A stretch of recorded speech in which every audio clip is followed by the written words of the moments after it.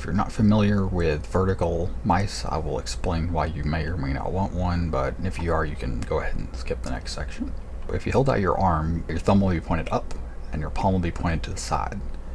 Now, to use a mouse or keyboard, you have to twist your arm to point your palm down.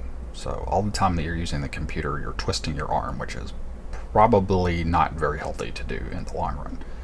So vertical mice, really most of them are diagonal, but they call them vertical mice, aim to reduce this twisting and hopefully reduce strain on your forearm. Now you might be thinking, well, if they're vertical mice, or they're vertical keyboards, and kind of, but not really. I did see this one someone custom made, I think, on Reddit, but besides that, there aren't really vertical keyboards. Alright, first up, let's talk Logitech.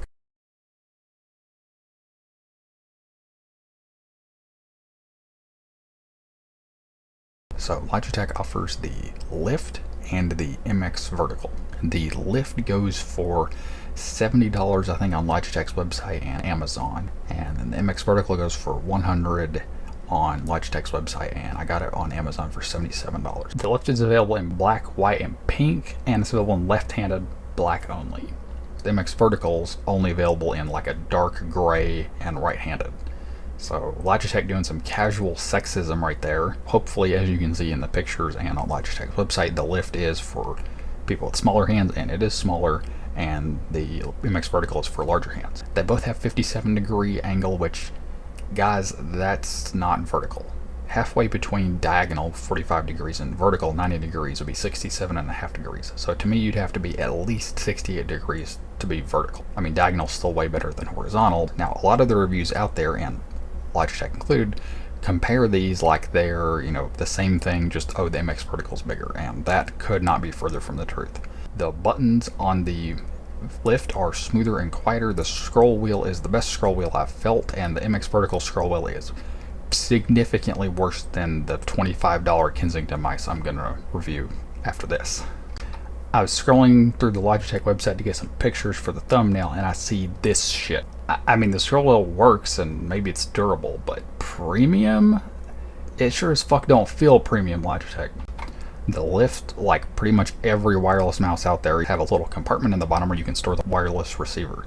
On the MX Vertical, oh, fuck you. Hope you don't lose it. The only good thing that the MX Vertical has going for it is, of course, it's bigger. I don't really have anything bad to say about the Lift, except, well, it's too small for me, and I was like barely above the smallest section, I think, on the hand sizing guide. Your hand's gotta be pretty small, I think, for the Lift to be comfortable for you. The MX Vertical, on the other hand, yeah, it is definitely not an $80, $90, or $100 mouse. It feels like a $30 mouse, except for maybe I don't know how much the shell is to make, but I think they're charging you a pretty hefty markup on this thing. If it was like $35, I'd probably be telling you how good it is. Maybe not the scroll wheel, I'd still probably say that thing's a piece of crap. Oh yeah, another thing I saw with the MX Vertical, which makes me think it's older, is I saw some reviews saying that in 18 to 24 months, so a year and a half to 2 years, the left click button will stop working. And someone said, oh, I can resolder the board and fix it, but I don't think most people want to do that. So yeah, they want $80 to $100, which I would consider a premium product, and it's gonna not work in 2 years. Nah, that Logitech, that's not okay. Logitech, if you're listening, which I really doubt it, but if you're gonna make a Gen 2, please use the similar components as you can to the Lift as far as the buttons and scroll wheel go. And it'd be nice if you made it even more vertical, because it's not really vertical right now. On top of that, if you really want to go the extra mile, you can release like an MLG gamer version with your best sensor, because right now no one has a vertical gaming mouse, and there's at least one channel on YouTube that's going to give you a lot of publicity for that, and I imagine there's probably some other ones that would as well. And I feel like gamers would be the most likely people to have wrist problems from using their mouse.